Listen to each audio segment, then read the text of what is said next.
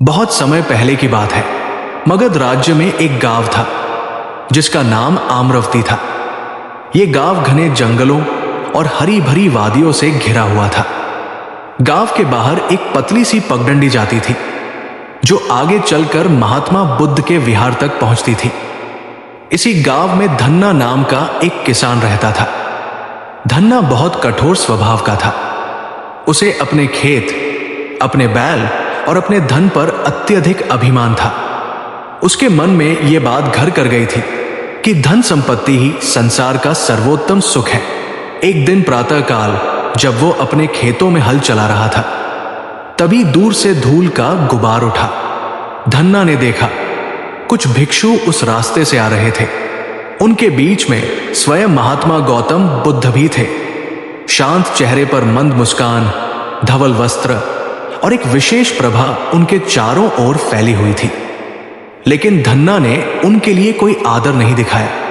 उल्टे उसने सोचा, ये साधु सन्यासी कामधाम कुछ नहीं करते, बस भीख मांगकर पेट भरते हैं, जबकि मैं मेहनत करता हूं, खून पसीना बहाता हूं।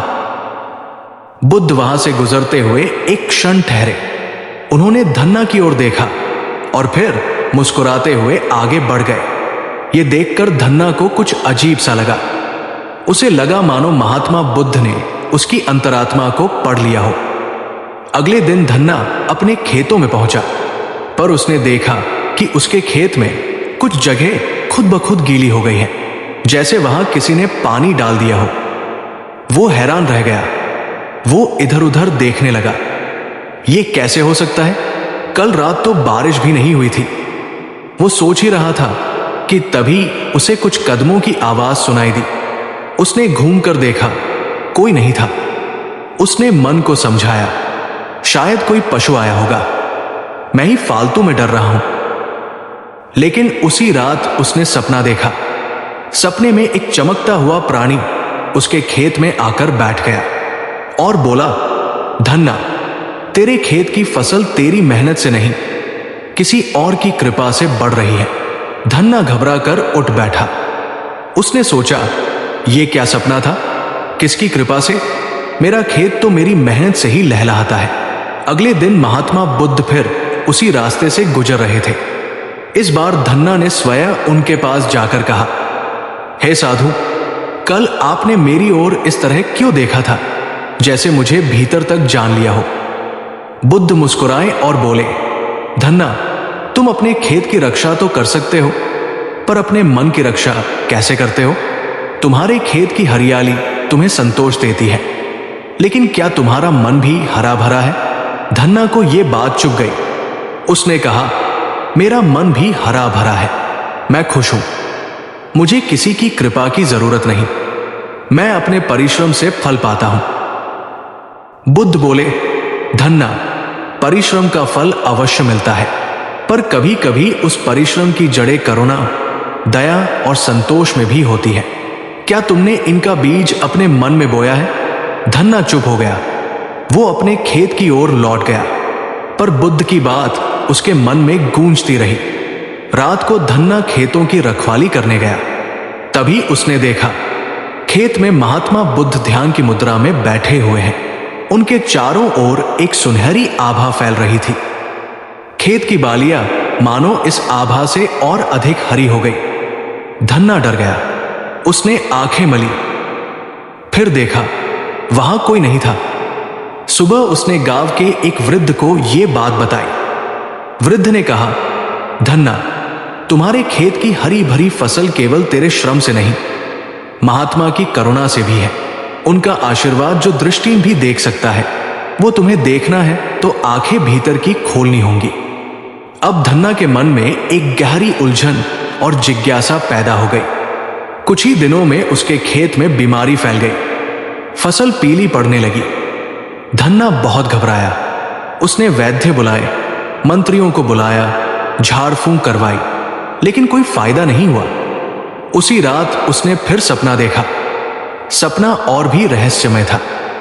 सपने में वही स्वर्ण में आकृति आई और बोली, धन्ना, धन पर गर्व मत कर, वो नश्वर है। अपने अहंकार को त्याग दे, तभी तेरी फसल फिर हरी होगी।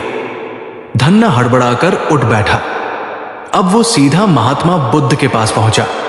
धन्ना ने बुद्ध के चरण पकड़ लिए और बोला, हे प्रभु, मेरी फसल नष्ट हो रही है, मेरी मेहनत बेकार जा रही है, कृपा कर इसे बचा लीजिए, मैं सब कुछ हार जाऊंगा। बुद्ध ने गंभीर स्वर में कहा, धन्ना, तेरा धन तो तुझे दिखता है, पर तूने अपने भीतर की धूल नहीं देखी, उसे पहले साफ कर। कल सुबह सूर्योदय के पहले मेरे पास आना। अगले दिन धन्ना सूर्योदय से पहले बुद्ध के पास पहुंचा।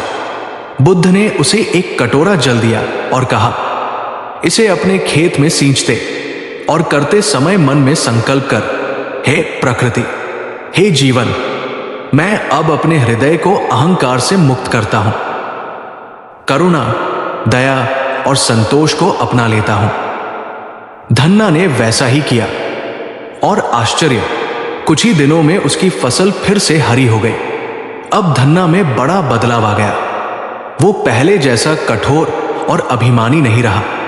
अब वो गांव में जरूरतमंदों को अन्न बांटने लगा।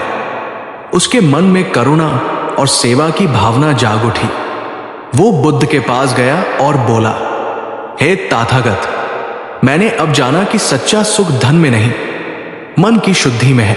आपके बिना कुछ कहे ही आपने मुझे वो ज्ञान दे दिया जो मैं पूरी जिंदगी नहीं सीख पाता। बुद्ध ने हाथ उठाकर आशीर्वाद दिया। धन्ना, अब तू सच्चा किसान बन गया है। तू केवल खेत ही नहीं, अपने भीतर के उद्यान को भी सींचने लगा है। कुछ वर्षों बाद धन्ना वृद्ध हुआ। एक रात वो सो रहा था, तभी उसने देखा कि महात्मा बुद्ध फिर उसके स्वप्न में आए, पर इस बार उनके पीछे असंख्य ज्योतिर्मय प्राणी थे। बुद्ध बोले, धन्ना, जीवन में तुझे 2 बार अवसर मिला। पहली बार तू चूक गया, दूसरी बार तूने अपने अहंकार को त्याग कर अपने जीवन को धन्य कर दिया। इस कारण तेरी आत्मा को अगली यात्रा में बहुत ऊंचा स्थान मिलेगा। धन्ना ने हाथ जोड़कर प्रणाम किया। सुबह गांव वालों ने देखा, धन्ना अपने घर में शांति से समाधि लगाकर बैठा था। उसके चेहरे पर एक दिव्य मुस्कान थी। इस तरह यह कहानी केवल एक किसान की नहीं, मनुष्य के भीतर की यात्रा की भी है। धन्ना का खेत सूखना, उसका फिर हरा होना, सब केवल प्रतीक थे।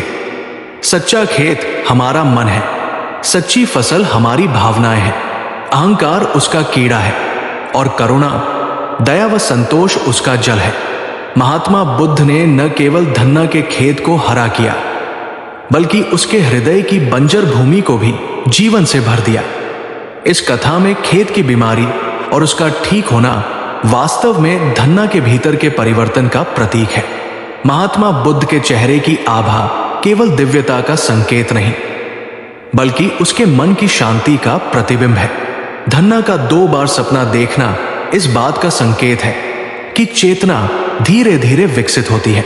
बुद्ध ने उसे कोई सीधा चमत्कार नहीं दिखाया, बल्कि उसे अपने मन के परिवर्तन से ही जीवन में बदलाव करने को प्रेरित किया।